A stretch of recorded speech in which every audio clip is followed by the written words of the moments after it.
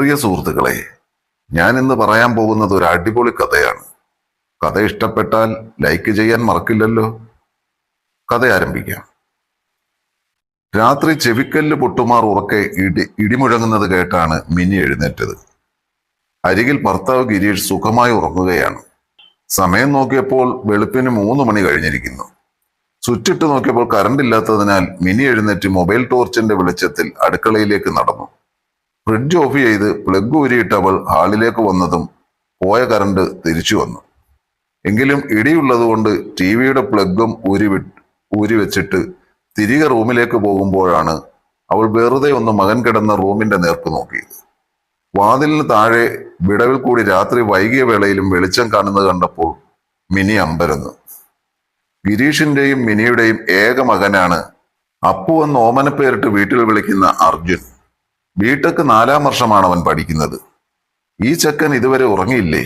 പിറുപുറത്തുകൊണ്ട് അവൾ അവന്റെ മുറിക്ക് നേർക്ക് ചുവടുകൾ വെച്ചു. ഡോർ ഹാൻഡിൽ പിടിച്ച് തിരിച്ചപ്പോൾ വാതിൽ അകത്തു നിന്നും ലോക്ക് ചെയ്തിട്ടുണ്ടായിരുന്നു. ചുറ്റും നല്ല നിശബ്ദതയായിരുന്നതിനാൽ അവന്റെ മുറിയിൽ നിന്നും അടക്കി പിടിച്ച ചില ശബ്ദങ്ങൾ പുറത്തേക്ക് വരുന്നത് മിനി കേട്ടു. തന്റെ മകന്റെ റൂമിൽ നിന്നും ഒരു പെണ്ണിന്റെ അടക്കി പിടിച്ചുള്ള ശബ്ദം കേട്ടതും മിനി ഞെട്ടിപ്പോയി. തന്റെ മകന്റെ മുറിക്കുള്ളിൽ ഏതോ ഒരു പെണ്ണുണ്ടെന്ന് മിനിക്ക് ഉറപ്പായി. പുറത്തു പെയ്യുന്ന മഴയെ അവഗണിച്ചുകൊണ്ട് അവർ മുൻവാതിൽ തുറന്ന് പുറത്തിറങ്ങി. വീടിനെ ചുറ്റി വലം വെച്ച് മകൻ കിടക്കുന്ന ബെഡ്റൂമിനരികിൽ മിനി വന്നു നിന്നു. മകന്റെ ബെഡ്റൂമിന്റെ ജനാല തുറക്കാൻ ശ്രമിച്ചപ്പോൾ അത് തുറന്നിരിക്കുന്നത് അവൾ കണ്ടു. മെല്ലെ ശബ്ദമുണ്ടാക്കാതെ മിനി ജനലിന്റെ പാളി വലിച്ചു തുറന്നു. അകത്ത് 21 വയസ്സുള്ള തന്റെ മകൻ അപ്പു, കൂടെ ഒരു പെണ്ണും. പക്ഷേ അതേതാ പെണ്ണെന്ന് മാത്രം അറിയില്ല.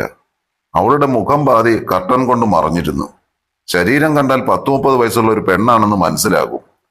അപ്പു, നിന്റെ അമ്മയെങ്ങാനും ഉണർന്നു വരുമോ? ആ പെണ്ണ് അപ്പുവിനോട് ചോദിക്കുന്നത് അവർ കേട്ടു. പരിചിതമായ ആ സ്വരം കേട്ടതും മിനി ഞെട്ടി.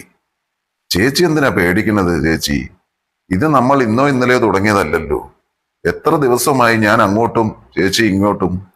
എപ്പോഴെങ്കിലും അമ്മ ഉണർന്നു വന്ന് കണ്ടിട്ടുണ്ടോ? ഇനി അഥവാ അമ്മ ഉണർന്നു വന്നാൽ തന്നെ ചേച്ചി എന്റെ റൂമിലുണ്ടെന്ന് അമ്മ ഒരിക്കലും അറിയില്ല. ഞാനേ റൂമിന്റെ വാതിലൊക്കെ അടച്ചു പൂട്ടി നേരത്തെ തന്നെ സേഫ്റ്റി എടുത്തിട്ടുണ്ട്. അപ്പു ആത്മവിശ്വാസത്തോടെ പറയുകയാണ്. റൂമിന്റെ വാതിൽ അടച്ചു പൂട്ടാൻ ശ്രദ്ധിച്ചപ്പോൾ നീ ജനാല അടയ്ക്കാൻ മറന്നുപോയല്ലോ മോനെ. മിനി ആത്മകഥം ചെയ്തു.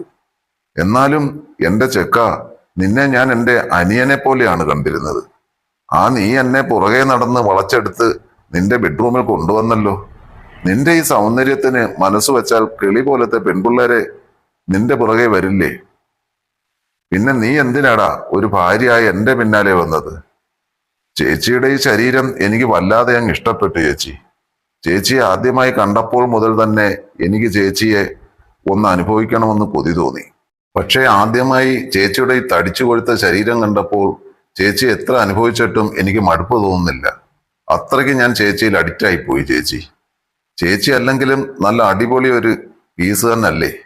ചേച്ചിയുടെ ഈ സൗന്ദര്യം ആസ്വദിക്കാൻ ചേച്ചിയുടെ ഭർത്താവിന് നേരവും ഇല്ലല്ലോ. അതൊക്കെ കണ്ടപ്പോൾ ഒരു പുരുഷനെ ചേച്ചി ശരിക്കും അറിഞ്ഞിട്ടില്ല എന്ന് എനിക്ക് തോന്നി. അതുകൊണ്ട് ചേച്ചിക്ക് ചേച്ചിയുടെ കാര്യവും എന്റെ കാര്യവും നടക്കും. നമ്മൾ നല്ല കോമ്പിനേഷൻ അല്ലേ ചേച്ചി? പ്രായക്കൂടുതലൊക്കെ ഇതിനകത്ത് പരിഗണിക്കേണ്ട ആവശ്യമില്ലല്ലോ. എനിക്ക് ചേച്ചിയെയും ചേച്ചിക്ക് എന്നെയും തൃപ്തിപ്പെടുത്താൻ കഴിയുന്നുണ്ടല്ലോ. നമ്മൾ അതുമാത്രം നോക്കിയാൽ മതി. 21 വയസ്സുള്ള ഇത്തിരിയില്ലാത്ത ചെക്കന്റെ കൈക്കരുത്തിന് മുന്നിൽ ആ 30 വയസ്സുകാരി തളർന്നുപോയി. അവൾ അവന്റെ മുടിയിൽ പിടിച്ചു വലിച്ചുകൊണ്ട് അപശബ്ദങ്ങൾ ഉണ്ടാക്കാൻ തുടങ്ങി. ചേച്ചി ഇങ്ങനെ ശബ്ദം ഉണ്ടാക്കല്ലേ. മകന്റെയും അയൽപ്പക്കത്തെ വീട്ടിലെ പെണ്ണിന്റെയും സംസാരവും കിടക്കപങ്കടലും കണ്ട് അറപ്പോടെ മിനി മുഖം വെട്ടിത്തിരിച്ചു. തന്റെ മകൻ ഇത്രയ്ക്ക് അധപ്പതിച്ചു പോയെന്ന് അറിഞ്ഞതും അവർക്ക് സഹിക്കാൻ കഴിഞ്ഞില്ല. 1 വർഷം മുൻപാണ് അവരുടെ അയൽപ്പക്കത്തെ വീട്ടിൽ ഷീബയെ കല്യാണം കഴിച്ചുകൊണ്ട് വന്നത്. തന്റെ മകനാണ് കല്യാണം കഴിഞ്ഞ ഒരു പെണ്ണിന്റെ പിന്നാലെ നടന്ന് അവളെ വളച്ചെടുത്ത് സ്വന്തം ബെഡ്റൂം വരെ കൊണ്ടുവന്നത്. തുടങ്ങിയിട്ട് കുറെ നാളായി എന്നാണ് അവരുടെ സംസാരത്തിൽ നിന്ന് അറിയാൻ കഴിഞ്ഞത്. മകന്റെ വൃത്തികേടുകൾ കണ്ട് മനസ്സ് തകർന്ന മിനി ശബ്ദം പുറത്തു വരാതെ ഏങ്ങിക്കരഞ്ഞു. എത്രയും പെട്ടെന്ന് ഈ വിവരം തന്റെ ഭർത്താവിനെ അറിയിക്കണമെന്ന് അവർക്ക് തോന്നി. മിനി പെട്ടെന്ന് ഭർത്താവിന്റെ അടുത്തേക്ക് ഓടിച്ചെന്നു. ഉറങ്ങിക്കിടക്കുന്ന ഗിരീഷിനെ വിളിച്ചുണർത്തി. ഗിരീഷേട്ടാ, നമ്മുടെ മോൻ. അവൻ? നിനക്കെന്താ മിനി, വട്ടായോ? പാതിരാത്രി വിളിച്ചുണർത്തി പിച്ചുമ്പയും പറയുന്നു. ഗിരീഷ് ഉറക്കം മുറിഞ്ഞ ദേഷ്യം ഭാര്യയോട് കാണിച്ചു. ഞാൻ പറയുന്നത് നിങ്ങളൊന്ന് കേൾക്ക്. നമ്മുടെ മോൻ അവന്റെ മുറിയിൽ ഒരു പെണ്ണിനെ വിളിച്ച് കയറ്റിയിട്ടുണ്ട്. നീ എന്താ മിനി ഇപ്പൊ പറഞ്ഞത്? ഗിരീഷ് ഞെട്ടലോടെ കട്ടിൽ നിന്നും ചാടി എഴുന്നേറ്റു. ഞാൻ എന്റെ കൺമുമ്പിൽ കണ്ട കാര്യമാ പറഞ്ഞത്. നമ്മുടെ മോൻ അപ്പു അപ്പുറത്തെ വീട്ടിലെ തോമസിന്റെ ഭാര്യ ഷീബയെ അവന്റെ റൂമിൽ വിളിച്ച് കയറ്റിയിട്ടുണ്ട്. നിങ്ങൾ ഇങ്ങോട്ട് വാ, ഞാൻ കയ്യോടെ കാണിച്ചു തരാം. ഭാര്യയിൽ നിന്നും മകന്റെ ലീലാവിലാസങ്ങൾ കേട്ട് അയാൾ ഞെട്ടിപ്പോയി. ഗിരീഷ് പെട്ടെന്ന് എഴുന്നേറ്റ് മുണ്ടുമുറുക്കി ഉടുത്തുകൊണ്ട് മിനിയുടെ പിന്നാലെ നടന്നു.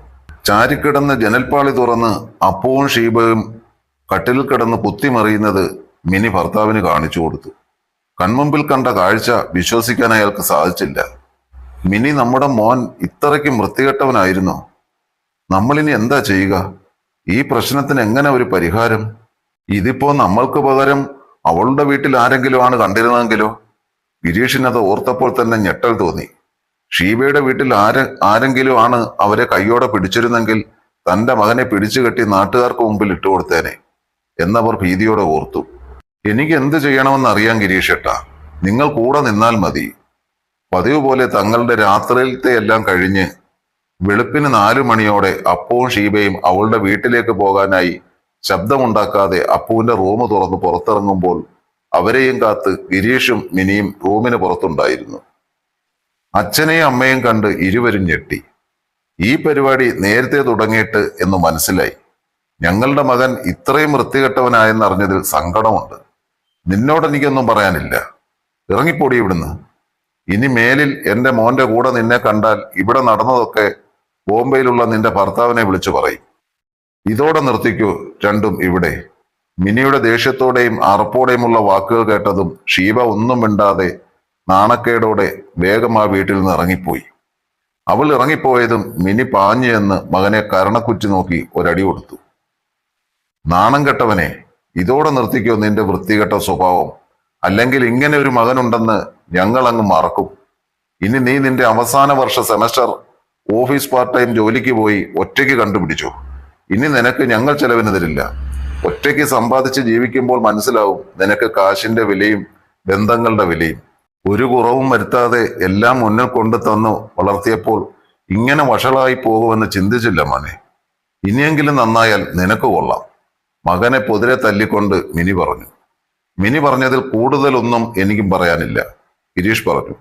അച്ഛനെയും അമ്മയും അഭിമുഖീകരിക്കാൻ കഴിയാനാവാതെ അപ്പു കുറ്റബോധത്തോടെ മുഖം കുനിച്ചു നിന്നു. മകനെ വെറുപ്പോടെ നോക്കിക്കൊണ്ട് അവർ മുറിയിലേക്ക് പോയി.